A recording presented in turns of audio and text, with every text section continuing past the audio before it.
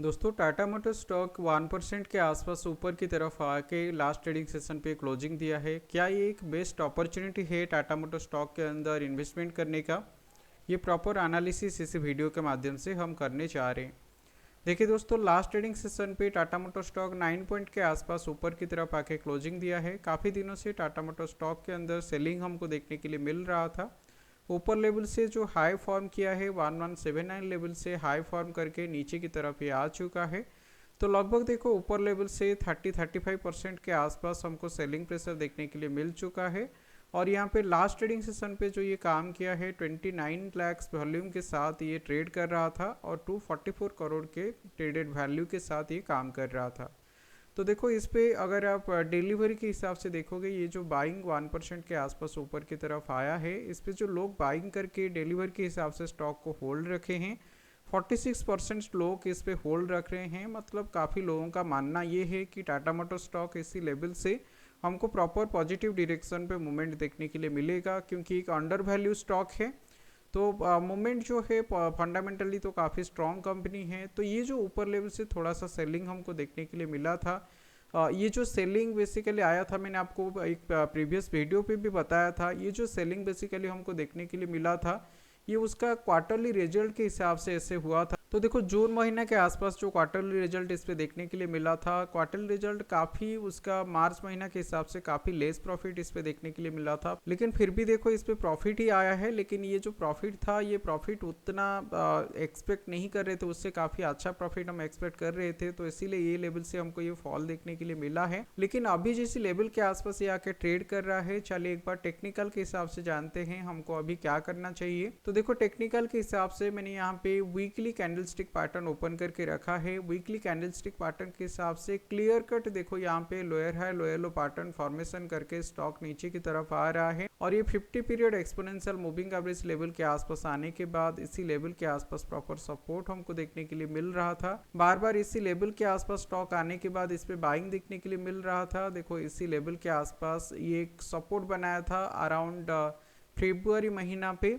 उसके बाद देखो इसी लेवल से जब ऊपर की तरफ आया था, फिर जब नीचे आया मई महीना के आसपास एक सपोर्ट बनाया, तो एक डबल बॉटम फॉर्म किया। उसके बाद देखो इसी लेवल के आसपास 50 period exponential moving average level आ रहा था। और ये जो लाइन आपको दिख रहा है, ये जो एक एक लाइन यहाँ पे दिख रहा है, ये पाइवट पॉइंट का लाइन है। तो ये जो लाइन है देखो रेजिस्टेंस 1 से ऊपर मार्केट ट्रेड कर रहा था काफी टाइम। तो ये लेवल के आसपास भी जब मार्केट नीचे आया था, ये लेवल के आसपास सपोर्ट आ रहा था। तो देखो इसी लेवल के आसपास ये एक ट्रिपल बॉटम फॉर्म करके काम कर रहा था। लेकिन इसी लेवल को जब ये ब्रेक करके नीचे की तरफ आया, तो ये एक फॉल के लिए बेसिकली सिनारियो बना रहा था कि मार्केट नीचे की तरफ जाएगा। लेकिन अभी देखो हमको इस स्टॉक के अंदर अभी इन्वेस्टमेंट करना चाहिए या नहीं, चलिए उसके लिए एक बार हम रिट्रेसमेंट ऐड करके देखते हैं कि रिट्रेसमेंट के हिसाब से हमको प्रॉपर सपोर्ट इसी लेवल के आसपास देखने के लिए मिल रहा है या नहीं।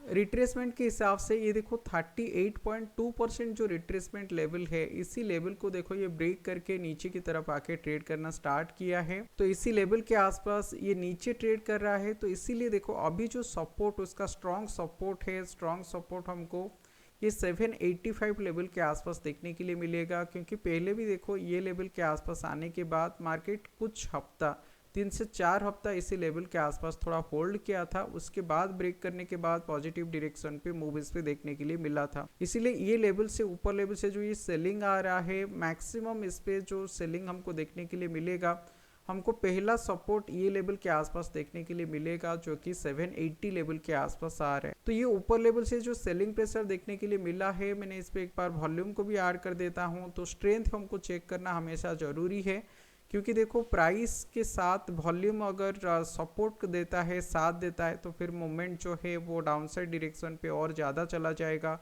क्योंकि देखो ऊपर लेवल से सेलिंग प्रेशर आ रहा है और यहाँ पे वॉल्यूम देखो वॉल्यूम धीरे धीरे ऊपर की तरफ जा रहा है। तो ये लेवल के आसपास देखो कुछ लोग इसी लेवल के आसपास बाइंग किए हैं, क्योंकि स्टॉक ऑलरेडी 40% के आसपास नीचे आ चुका है तो ऊपर लेवल से, तो इसीलिए ये लेवल के आसपास बाइंग कर रहे हैं। लेकिन अभी अगर आप टेक्निकल के हिसाब से देखोगे, हमको इमीडिएट ये लेवल के आसपास एंट्री नहीं करना चाहिए।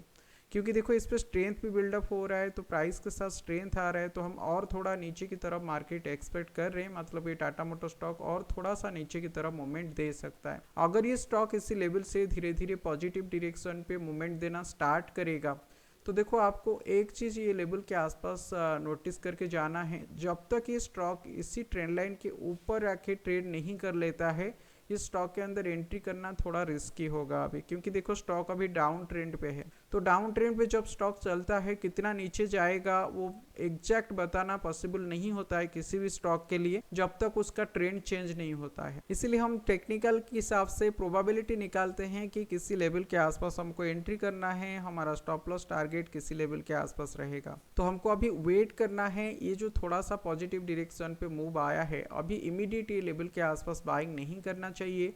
अगर स्टॉक मिनिमम 880 900 ये लेवल के ऊपर, अगर मिनिमम ये लेवल से 2 से 3 हफ्ता ट्रेड करने लगेगा, तो अभी इसी लेवल के आसपास एक बाइंग का अपॉर्चुनिटी बनेगा और स्टॉप लॉस इसी लो लेवल के आसपास लेके जा सकते हैं। और मिनिमम जो फास्ट टारगेट रहेगा, फास्ट टारगेट ये 950 के आसपास एंड सेकेंड टारगेट इसी 1000 लेवल के आसपास रहेगा। तो देखो ये जो टारगेट मैंने बता रहा हूँ, जब मार्केट ये लेवल के आसपास आके ट्रेड करने लगेगा, तो ये जो टारगेट है, ये टारगेट ज़्यादा टाइम नहीं लगेगा, हार्डली 1 से 2 महीना के अंदर ये टारगेट अचीव हो जाएगा। तो ये एक टाइप का स्विंग ट्रेड आप बोल सकते हो या पोजिशनल ट्रेड आप बोल सकते हो। लेकिन अभी देखो, अभी इमीडिएट इस स्टॉक के अंदर कोई पोजीशन वगैरह नहीं लेना है, थोड़ा अभी वेट करना चाहिए। ये मेरा राय मैंने आप लोगों के साथ शेयर किया। आप लोगों का क्या राय है मुझे एक बार कमेंट सेक्शन पे जरूर बताइएगा। वीडियो के माध्यम से अगर कुछ वैल्यू आपको मिला है, वीडियो को लाइक करके चैनल को सब्सक्राइब कर लीजिएगा। आपकी दोस्त लोगों के साथ ये वीडियो को शेयर जरूर करना, तो उन लोगों को भी थोड़ा मदद मिल जाएगा।